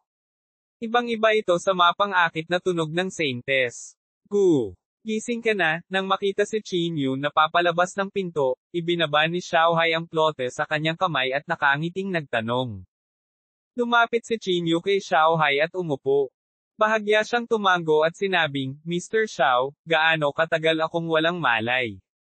Mga 8 araw, sabi ni Xiaohai. Ano? Nang marinig ito, nagbago ang ekspresyon ni Chinyu. Nagmamadali siyang tumayo at gustong umalis. Ngunit isang banayad na panloob na chi ang hamarang sa daan ni Chinyu sa sandaling ito. Saan ka pupunta? Tanong ni Xiaohai. Naghihintay pa rin sa akin si Juwo, sabi ni Chinyu sa malalim na boses. Kung hindi ako babalik, siguradong mag-o-overthink siya. At saka, malapit nang magbukas ang Chaos Grave. Nang marinig ang sinabi ni Chinyu, nagulat si Xiaohai, nagkasama kayo ni Juwo. Ma'am, tugon ni Chinyu, ngunit wala siyang oras para magpaliwanag. Tumalikod na siya at aalis na sana. Sa kalagayan mo ngayon, mas mabuting magpahinga ka dito. Para kay Juwo, sabihin mo sa akin ang lokasyon niya. Hahanapin ko siya, sabi ni Xiaohai. Kumunat ang noo ni Chinyu. Hindi masamang ideya na hayaan si Xiaohai na hanapin si Juwo. Si Xiaohai ay may hindi maarak na lakas at isang pambihirang talento na mahirap hanapin. Magiging ligtas para sa Juwo na manatili sa kanya. Sa madaling salita, ligtas na hayaang dalhin ni Xiaohai si Juwo dito. Pero ang Chaos Grave na iyon. Kumunat ang noo ni Chinyu. Umiling si Xiaohai at sinabing, nagtanong-tanong ako. Napakahirap buksan ang Chaos Grave. Pinubuksan ito ngayon ng 18 Formation Masters. Natatakot akong magtatagal ito. Dapat ka munang magpahinga dito. Matapos marinig ang sinabi ni Xiaohai, naunawaan na ni Chinyu ang sitwasyon. Hindi nakakagulat na ang pamilyang si ay nabigo na makahanap ng isang napakatalino na master ng Pormasayon na Sumaire sa Pormasayon. Ang lakas mo talagang nagulat sa akin. Sa sandaling ito, biglang iniba ni Xiaohai ang paksa. Umaasa lang ako sa Pormasayon, mapait na ngumiti si Chinyu at sinabi. Umaasa sa formation. Nagtaas ng kilay si Xiaohai. Pagkatapos ay tumawa siya ng buong puso at sinabing, Chinyu, huwag kang masyadong magpakumbaba. Ang pormasayon na iyon ay hindi isang bagay na maaaring itayo ng isang ordinaryong tao. Bukod dito, itinaya mo ang iyong buhay dito. Kung hindi ka tapat na maingat, maaari kang mamatay sa pormasayon na ito. Gayunpaman, pinili mo pa ring gawin iyon. Gusto kong malaman kung bakit. Saglit na natahimik si Chinyu, pagkatapos ay bumantong hininga at sinabing, gusto ko sanang patayin si Elder Si para pigilan siya sa paghihiganti sa iyo, ngunit ngayon tila nabigo ang aking plano. Lalong nagulat si Xiaohai. Kumunat ang noo niya at sinabing, bakit mo ginawa iyon? Para sa akin. Sulit ba? Kapaki-pakinabang bang masaktan ang pamilyang Si para sa isang Nagel Alako ng lansangan na hindi mo kilala? Tanong ni Chinyu. Natigilan sandali si Xiaohai bago siya humagalpak ng tawa. Tinapot niya ang balikat ni Chinyu at sinabing, alam kong katulad mo ako. Hindi ako karapat-dapat sa iyong papuri. Si Mr. Xiao ay palaging huwaran ko, yumuko si Qinyu at sinabi. Sa Nanzhou, si Xiaohai ay isang sikat na taong hindi makasarili at isang tunay na bayani. Ang kanyang cultivation realm ay malamang na mas mataas sa ngayon. Sa sandaling ito, kumuha si Xiaohai ng isang tableta at iniabot ito kay Qinyu. Ano ito? Kulat na sabi ni Qinyu. Pinigyan kita ng tableta, sabi ni Xiaohai. Kumain ka na. Pagkasabi nito, tumayo si Xiaohai at sinabing, napakaligtas dito. Huwag kang mag-alala at manatili rito. Sabihin mo sa akin ang lokasyon ni Juwo, at ako ay. Hanapin mo siya. Pagkatapos ay binigay ni Qinyu ang lokasyon ni Xiaohai kay Xiaohai nang walang pagkaantala. Nawala siya sa kawalan ng gulat at bamulong si Qinyu, ito ay talagang isang mystic realm. Tuldok. Sa parehong oras, sa loob ng 8 araw na natutulog si Qinyu, ang reputasyon ng Qinyu ay nagkaroon na ng higit sa kalahati ng rehiyon. Unti-unting nawala ang kanilang atensyon kay Qinyu at ipinagpatuloy din ang kanilang atensyon kay Qin Yu. Tuldok. Kahit na umasa si Qinyu sa pormasayon, ang ganoong record ng labanan ay hindi kapani-pani walang kapansin-pansin. Hindi pagmamalabas. Nasabihin na hindi kayang gawin ito ng maraming tao sa buong banal na rehiyon. Sa pamilyang Si, narinig ni Shishio ang balita noong kalalabas lang niya sa closed-door cultivation. Nakaupo mag-isa sa tabi ng pool, mukha siyang madilim. Natahimik siya, at walang nakakaalam kung ano ang iniisip niya. Bakit? Natatakot ka ba ngayon? Sa sandaling ito, narinig ni Shishio ang isang boses. Lumingon siya at nakita niya ang isang matandang lalaki. Bagamat mukhang matanda na ang matandang lalaki na ito, puno siya ng espiritu. Ang bawat galaw niya ay tila napapalibutan ng mga pamamaraan ng Dao, at kitang-kita ang kanyang lakas. Nang makita siya ni Shishio, mabilis siyang tumayo at magalang na hinarap, Guro. Ang taong ito ay walang iba kundi ang Grandmaster ni Shishio, si Liuhei. Hindi lamang niya itinuro kay Shishio ang lahat ng mga diskarte, ngunit personal din niyang tinulungan siya sa kanyang pag-unlad. Hindi kalabisan na sabihin na si Liuhei ay may napakataas na katayuan sa pamilyang Si. Kahit na ang padre de pamilya si iginagalang siya. Bahagyang iwinagayway ni Liuhei ang kanyang kamay, na nagpapahiwatig na maupo si Shishio. Pagkatapos ay sinabi niyang walang pakialam. Nipatirante ka ba sa hitsura ng isa pang magulong katawan?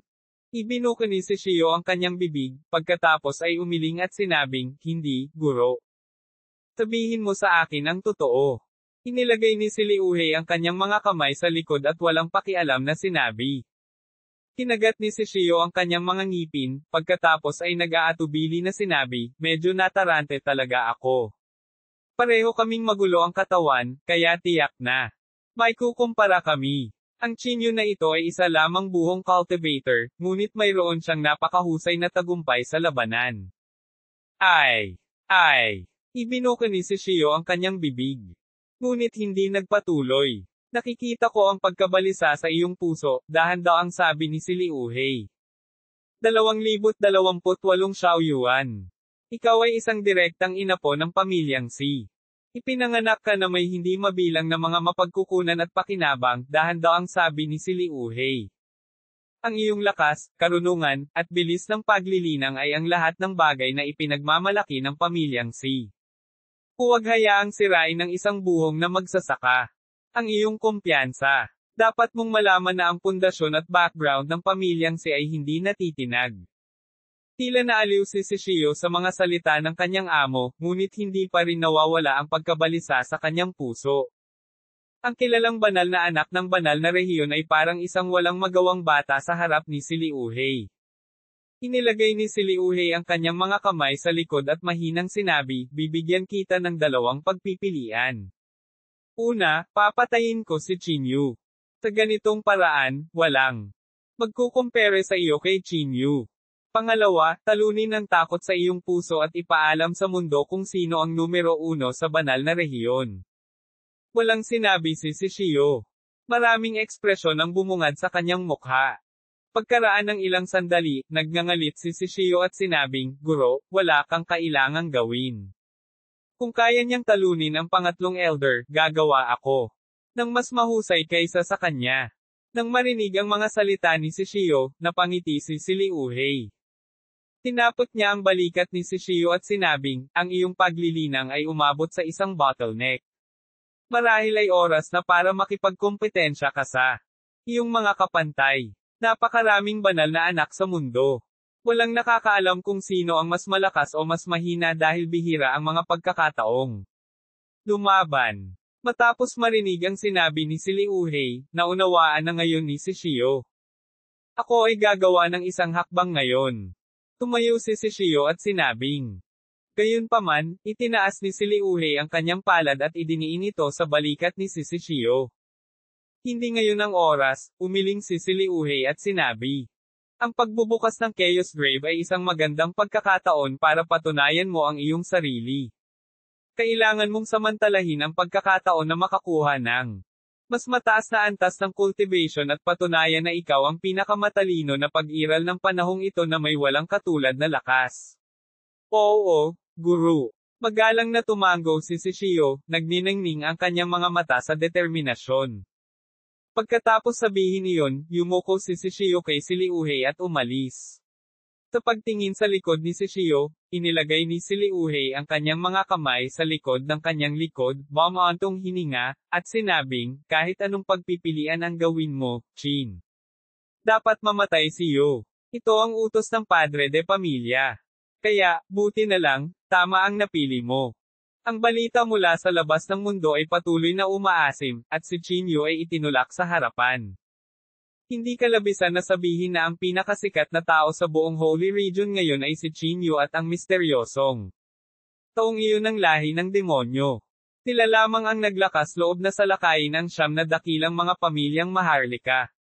Ng Chin Yu at ang misteryosong taong iyon ng lahi ng demonyo nagdaos din sila ng isang lihim na pagpupulong. Tuldok tuldok tuldok. Ang Heavenly Heart Lake ay minsang sinasabing ang pinakamalapit sa mga pamamaraan ng Dao, gayunpaman. Sa ilang kadahilanan, ang Heavenly Heart Lake ay naging isang desyerto na lugar. Noon, ngunit ngayon ito ay naging isang tahimik na tubig na parang isang malinaw na tubig. Ang mga damo at mga puno sa tabi ng lawa ay nalanta ang kasaganaan ng nakaraan ay unti-unting umalis sa lugar na ito, nag-iiwan lamang ng kalungkutan at katahimikan. Na pinangarap ng mga magsasaka na ngayon ay nakalimutan na ng mundo ang mga tao ay isang pakiramdam ng lamig. Ang binata ay may balingkinitang figure at gwapo sa mukha. Ang kanyang mahabang itim na buhok ay casual na nakasabit sa kanyang mga balikat. Bagamat ang panloob na chi sa kanyang katawan ay tila kalmado, makikita ng isa ang mga Dao technique na umiikot sa kanyang katawan kung titingnang mabuti. Ang dati mong kaibigan ay talagang may kakayahan. Sa pagkakataong ito, boses ng isang babae ang narinig sa kanyang likuran. Hindi kumikibo ang binata at nakatutok sa pangingisda. Pagkalipas ng ilang minuto, isang maliit na isda na kulay pilak na puti ang kumuha ng pain. Hawak ang maliit na isda sa kanyang kamay, kitang-kita sa mga mata ng binata ang matinding pagmamahal. Gayunpaman, bigla siyang nagpuwersa at dinurog ang isda sa meat paste sa susunod na segundo. Walang reaksyon ang babaeng nasa likod niya na para bang sanay na siya. Sa sandaling ito, dahan-daang tumayo ang binata at nakangiting sinabi, "Old friend." Sinong matandang kaibigan? Chin Yu? Ang taong pinakami mismo, sabi ng babae. Chin Yu. Pagkarinig nito ay bakas ang pagkagulat sa mukha ng binata. Tapos tumingin siya sa malayo na parang may naaalala. Xiao Yuan, hindi mo ba gustong makita ang dati mong kaibigan pagkatapos marinig ang balita? Patuloy na tanong ng babae. Umiling si Xiao Yuan at nakangiting sinabi. Walang padalos-dalos. Hindi pa oras. Hindi pa nakakaabot ng mahusay na tagumpay ang aking cultivation technique. It's been 3 whole years. Nagtago ka sa Heavenly Heart Island. Sa iyong talento, maraming pamilya ang hahabol sa iyo. Kapag nakapasok ka na sa mundo. Bakit ka? Bamuka ang bibig ng babae, na parang naguguluhan. Gayunpaman, pinutol siya ni Xiao Yuan. Hindi ako nagbibigay ng adman sa mga aristokratikong pamilyang iyon. Hindi ka nagbibigay ng adman. Hindi ka rin nagbibigay ng adman sa siyam na dakilang aristokratikong pamilya. Gumuso ang babae at sinabing, si Xiao Yuan ay hindi nagpatuloy sa paksa. Tumingin siya sa babae at sinabi, itinuring kang pinapabore na anak ng pamilyang Yao. At nakatanggap ng maraming atensyon. Bakit gusto mo akong sundan? Inilibot ng babae ang kanyang mga mata kay Xiao Yuan at sinabing, alam mo mismo. Bakit mo pa ako tinatanong? Bumantong hininga si Xiao Yuan at nagpatuloy, gaano mo na ako katagal sinusundan? 2 taon at kalahati, walang pag-aalinlangan na sabi ng babae. Tumayo si Xiao Yuan at inabot para hawakan ang mukha ng babae. Sinabi niya sa sobrang malumanay na tono, Xiao Wei, alam mong mahal na mahal. Kita. Nang marinig ang kanyang sinabi, ang mga mata ni Xiao Wei ay kumislap sa lamang, at ang kanyang mukha ay puno ng pagkamahiyain. Mahal na mahal din kita, mahinang sabi ni Xiao Wei. Napabuntong hininga si Xiao Yuan at nagpatuloy, ngunit hindi pa rin ito malalim. Xiao Wei, kailangan talaga kita. Kailangan talaga kita. Tila napaalalahanan si Xiao Wei at mabilis na sinabi, nagsumikap ako. Talagang gagawin kong mahalin mo ako mula sa kaibuturan ng iyong puso at mamahalin ako magpakailanman. Sana dumating ang araw na iyon ng mas maaga, ngumiti si Xiao Yuan at sinabi. Bilang isang taong dumating sa banal na rehiyon mula sa Earth, si Xiao Yuan ay natural na pamilyar sa Qinyu. Nakipag-away pa siya kay Qinyu noon. Bilang mga paborito ng langit, magkikita sila sa madaling panahon. Tuldok tuldok tuldok. Sa panahong ito, nagtago si Qinyu sa Mystic Realm na ito para gumaling. Ang Mystic Realm ni Xiaohai ay napakaganda. Ang sino mang maupo dito ay makakadama ng kalmado at kasiyahan. Napakagandang Mystic Realm. Napabuntong hininga si Qinyu na may damdamin. Ang Mystic Realm na ito ay tila may ilang pamamaraan ng dauna. Maaaring maglinis ng masasamang pag-iisip ng mga tao. Ito ay walang kapantay na komportable. Sa isang kisap mata, 3 araw ang lumipas. Sa araw na ito, nanginginig ang kawalan sa harap niya. Pagkatapos noon, dinala ni Xiaohai si Juwo at pumasok sa Mystic Realm. 2029 na balita ng Chaos Grave. Nang makita ni Juwo si Qinyu, agad siyang tumakbo. Kinakabahan siyang lumibot sa Qinyu at nag-aalalang nagtanong, Qinyu, okay ka lang ba? Si Elder Si na iyon. Napatay ko si Elder Si. Pinutol ni Qinyu si Juwo at pabirong sinabi, syempre, ayos lang ako. Madudurog ko si Elder Si sa isang daliri lang. Nang makitang nakakapagbiro pa si Qinyu, nakahinga ng maluwag si Juwo. Tinampal niya ng malakas si Qinyu at nanlaki ang mga mata, binabalaan kita. Kung maglakas loob kang gumawa ulit ng ganitong mapanganib na bagay, bugbugin kita hanggang mamatay. Walang nagdulot sa iyo ng problema nitong ilang araw, tama ba? Inilibot ni Qinyu ang kanyang mga mata at sinabi. Napakamot ng ulo si Juwo at bumulong. Ito ay medyo kakaiba. Sinunod ko ang iyong mga tagubilin nitong ilang araw, at ako ay labis na kinakabahan. Ngunit sa tuwing may kakaibang panloob na chi na lumalapit sa akin, ito ay nawala kaagad. Natahimik si Qinyu. Alam niyang si Xiaoyu ay tiyak na kumilos ng palihim para harapin ang mga taong iyon. Maaaring aktwal na gamitin ni Qinyu ang demonyong itlog para pilitin si Xiaoyu na kumilos at lutisin ang mga problemang ito. Gayunpaman, ayaw niyang gawin iyon. Kung gagawin niya, masisira ang relasyon nila ni Xiaoyu. Qinyu, kumusta ang paggaling ng iyong mga sugat nitong ilang araw? Lumapit si Xiaohai at nagtanong. Bahagyang yumuko si Qinyu at sinabing, halos ganap na akong gumaling. Bagamat mapanganib sa pagkakataong ito, nagawa kong maunawaan, at ito ay isang magandang karanasan para sa aking paglilinang sa hinaharap. Ma'am, sagot ni Xiaohai. Sa dulo ng buhay at kamatayan, palaging mauunawaan ng isang tao ang isang bagay. Katulad ni Xiao Sheng, na ang pamamaraan ng Dao ay hindi makakamit ng walang pagkasira. Sa bawat oras na makalusot siya, ganap niyang matutunaw ang lahat ng mga diskarte sa paglilinang sa kanyang katawan. Nakita ko na ito dati, ngumiti si Qinyu at sinabi. Hindi pinag-isipan ni Xiaohai ang paksang ito. Tinapot niya ang balikat ni Qinyu at sinabing, maaari kang manatili dito sa mga susunod na araw. Ipapaalam ko kaagad sa iyo kapag may anumang balita tungkol sa Chaos Grave. Sige. Sumang-ayon si Chinyu. Sa pagsasalita, hindi maiwasan ni Chinyu na tumingin sa paligid. Nagtaka siya at nagtanong, Mr. Xiao, personal mo bang binuksan ang Mystic Realm na ito? Nagulat si Xiao Hai, ngunit agad siyang tumawa ng malakas at sinabing, masyado kang mataas ang tingin mo sa akin. Hindi ako sapat na kakayahan para gawin ito. Isa nga itong mahiwagang artifact. Ikaw at ako ay pareho sa isang mahiwagang artifact. Agad namang natigilan si Chinyu. Nagtataka niyang sinabi, magical artifact. May isang mahiwagang artifact. Ito ay isang gumagalaw na kuta. Tama. Nakuha ko ang mahiwagang artifact na ito ng nagkataon. Hanggat nagtatago ka rito, at least matitiyak ang kaligtasan mo. Sabi ni Xiao Hai sa malalim na boses. Si Juwu, na nakatayo sa gilid, ay naiinip na sinabi, dapat may pagkain dito, tama ba? Siyempre, tumawa si Xiao Hai at sinabi.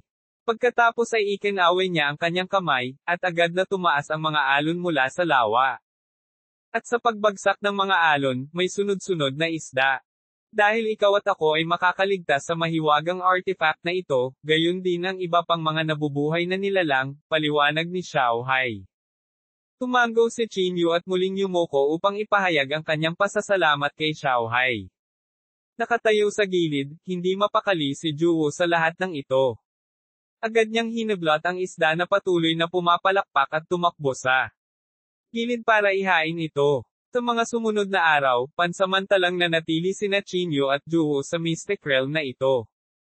Para naman kay Xiao Hai, araw-araw siyang lumalabas para mangalap ng impormasyon. Sa ilalim ng magkasanib na pagsisikap ng ilang malalaking maharlikang pamilya, ang Chaos Grave ay maaaring magbukas anumang oras. Maraming mga aristokratikong pamilya, sekta, at maging ang mga Rouge Cultivator ang dumating sa paligid ng Chaos Grave, naghihintay na magbukas ang Big Grave. Walang nakakaalam kung ano ang itinago sa Chaos Grave, ngunit ang lahat ay maaaring hulaan na ito ay tiyak na nauugnay sa magulong katawan. Dalawang matatandang lalaki na nakatalikod ang mga kamay sa malapit sa Chaos Grave. Napatingin sila sa activation ng formation sa harap nila, at kumikislap ang mga mata nila. May mga alingaw-ngaw na ang Chaos Grave ay nagtatago ng sikreto ng magulong katawan. Mayroon ding mga alingaw-ngaw na ang bangkay ng isang magulong katawan na may malaking tagumpay ay nakatago sa loob, sabi ng isa sa mga matatandang lalaki. Tama. Dalawa lang ang magulong katawan na kilala sa Holy Zone. Ang isa ay si Shio ng pamilyang Si, at ang isa ay si Chin Yu, na kamakailan lamang ay sumikat, sabi ng isa pang matandang lalaki. Bilang isang rogue cultivator, tiyak na ayaw palampasin ni Chinyu ang ganitong pagkakataon. Na-offend niya ang iba't ibang aristokratikong pamilya. Kapag nagpakita siya, tiyak na mamamatay siya. Kung ako sa kanya, hindi ako pupunta sa ganito lugar.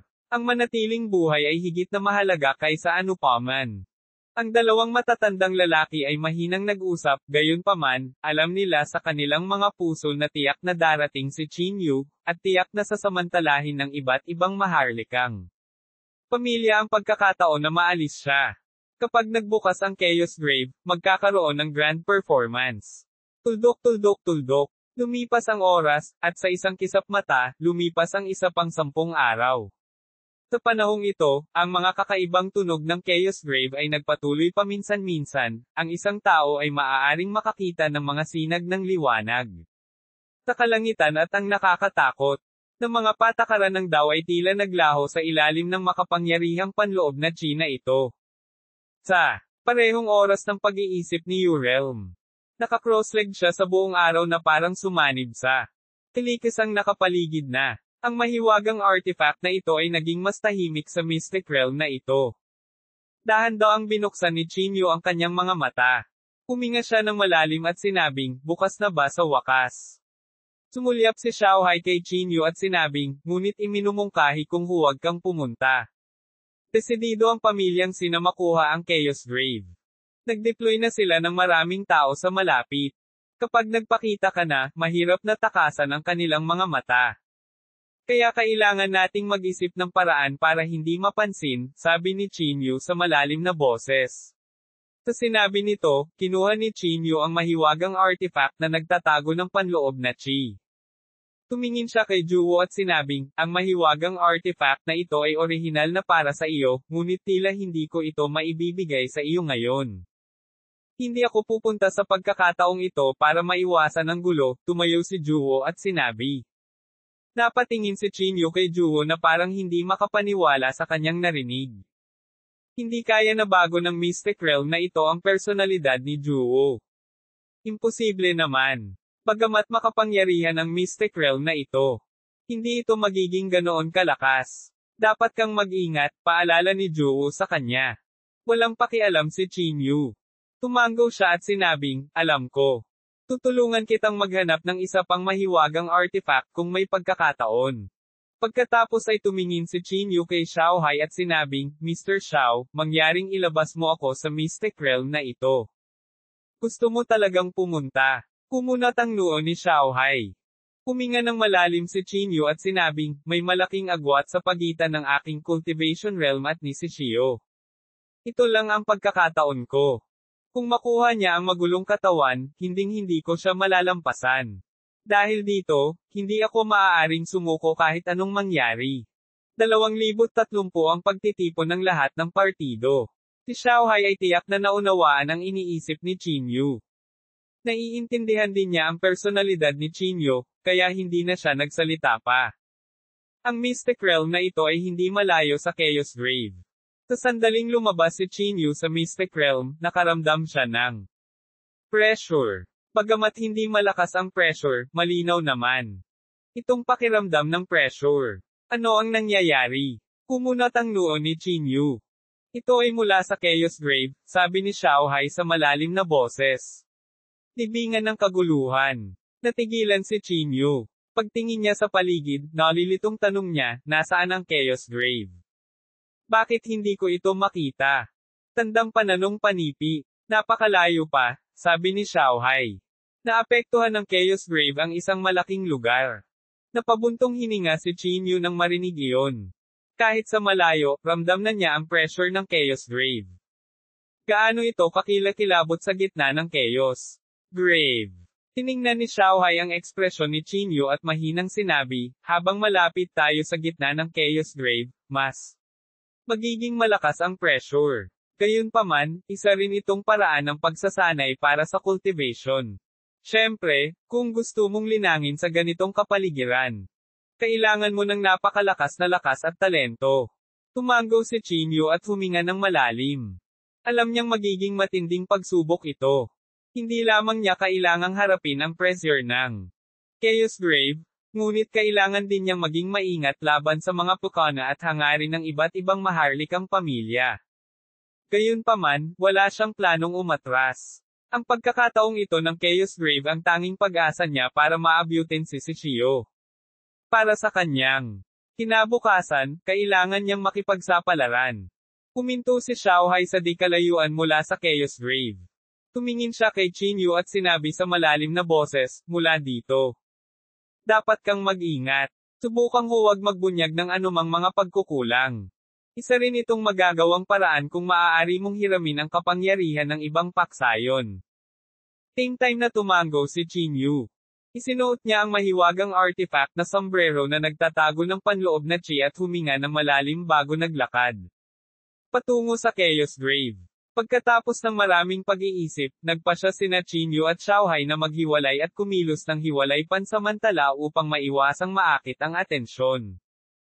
Tulad ng sinabi ni Xiaohai, habang papalapit siya sa Chaos Grave, mas malakas ang pressure. Magdudulot pa ito nang hindi kapani-paniwalang hindi komportable sa kanyang buong dibdib. Lumakad pasulong si Chinyu na may bambuhat sa kanyang ulo. Nakatikip ng sombrerong kawayan, walang makakakita ng malinaw sa mukha ni Chinyu. Ito ay dahil maraming cultivator na dumating sa Chaos Grave ang nagsuot ng mga mahiwagang artifact na nagtatago ng panloob na chi. Dahil dito, walang magbibigay ng partikular na atensyon kay Chinyu. Talagang maraming tao. Napabuntong hininga si Chinyu na may damdamin. Maraming mga magsasaka ang nagpakita, ngunit walang nakakaalam kung gaano karaming tao ang nagtago sa dilim.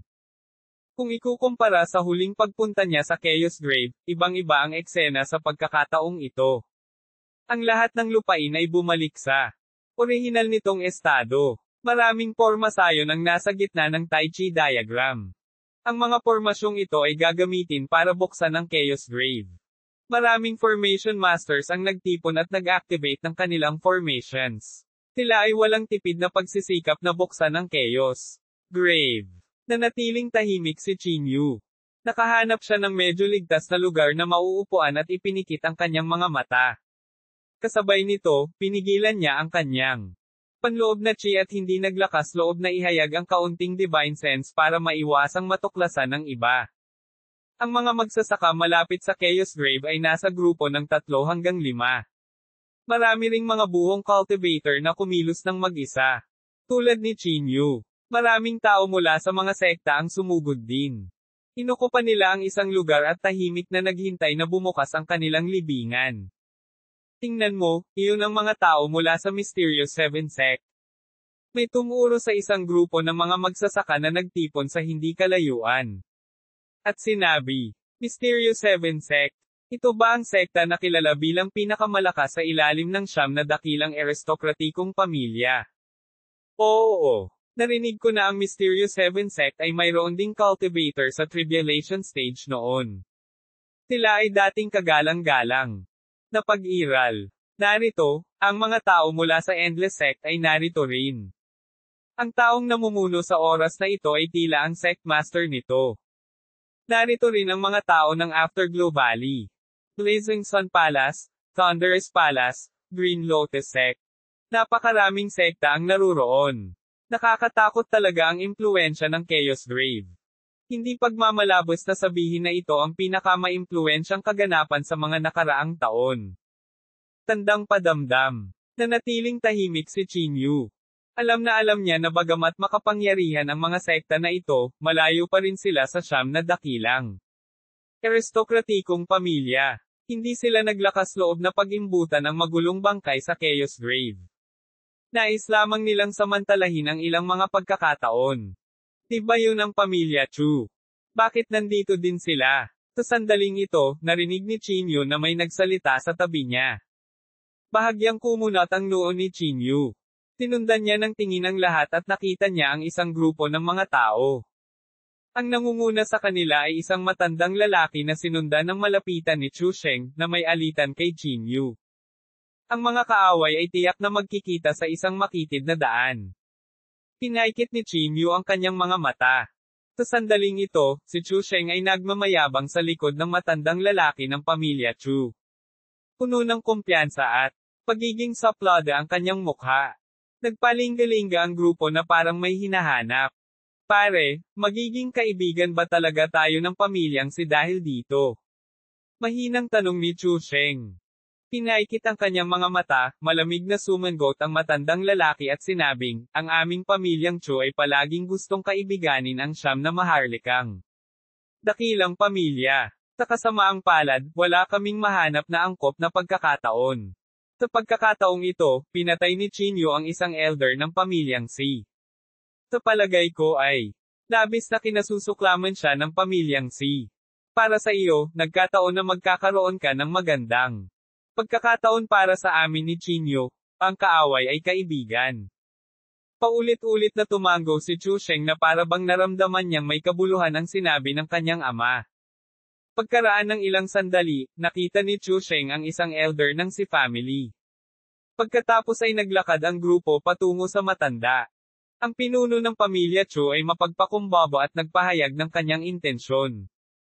Sa kasamaang palad, ang matanda ng Si family ay hindi nagbigay ng anumang mukha sa kanya. Chu family, wala man lang akong narinig tungkol sa iyo, at gusto mo kaming kaibiganin. Kung mahahanap mo si Qingyu, maaari naming isaalang-alang ito. Pero ngayon, sino ka sa tingin mo? Walang awa na sabi ng matanda sa pamilya Si. Namula ang ulo ng pamilya Chu ngunit walang lakas ng loob na magsalita. Medyo nagalit si Chu Sheng, kaya pumunta siya sa harap at sinabing, bagaman ang aming pamilyang Chu ay hindi kasing kapangyarihan ng iyong pamilyang Si. Isa pa rin kaming first class na aristokratikong pamilya sa silangang bahagi ng Yellow Sand Ridge. Hindi mo ba kami nirerespeto sa pagsasabi niyan? Respeto. Nagdilim ang mukha ng matanda sa pamilyang Si. Pagkatapos ay ikinaway niya ang kanyang kamay, at isang nakakatakot na puwersa ang agad na nagpalipad kay Chu Sheng. Bagamat hindi ganoon kalakas ang welga na ito, napasuka si Chu Sheng ng dugo. Kung hindi mo siya mapag-aralang mabuti, maaari ko siyang turuan sa ngalan mo, malamig na sabi ng matanda sa pamilyang Si. Kahit na ang ulo ng pamilya Chu ay galit na galit, hindi siya nang ahas na ipakita ito. Desperado lang siyang humingi ng tawad, kasalanan ko kung hindi ko siya napag-aralan ng maayos. Patawarin mo sana ako, Elder. Kung hindi dahil sa katotohanang hindi angkop na pumatay bago magbukas ang Chaos Grave, sapat na ang welga na ito para kitilin ang kanyang buhay. Malamig na ba maantong hiningaang matanda sa pamilya Si at saka hindi sila pinansin.